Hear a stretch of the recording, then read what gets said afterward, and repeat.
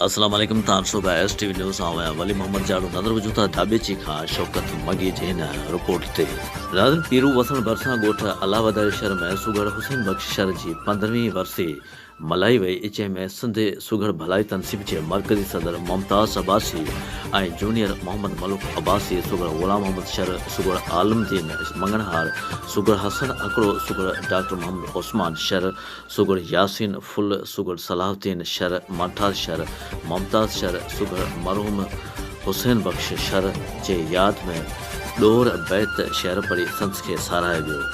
उन मौके ते गस्टा अॻवान मक़सूद मैसर जावेद ऐवान पिणु शरीक थिया। प्रोग्राम जी मेज़बानी कंदड़ अला वधायो शहर खे शहर अब्दुल बाकी शहर मौलवी रफ़ीक शहर डॉक्टर बख्त अली ऐं ॿी कई। मुमताज़ अब्बासी ॻाल्हाईंदे चयो त फ़क़ीर हुसैन बख्श पंहिंजी सॼी ज़िंदगी सुगड़ाइब खे अर्पे छॾी।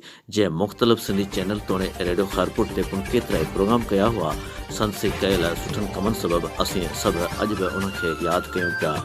मौजूदा दौर में मोबाइल फ़ोन जे अचण खां पोइ ॻोठनि में मच कचारियूं तोड़े वर्सियुनि जा प्रोग्राम तमामु घटि थी विया आहिनि। गस्टा अॻवान मक़सूद मैसर चयो त सुगड़ सिंध जा सरमाया आहिनि जे सिंध जी सकाफ़त ऐं सिंधी ॿोली खे तमामु हर हंधि साराहिनि पिया।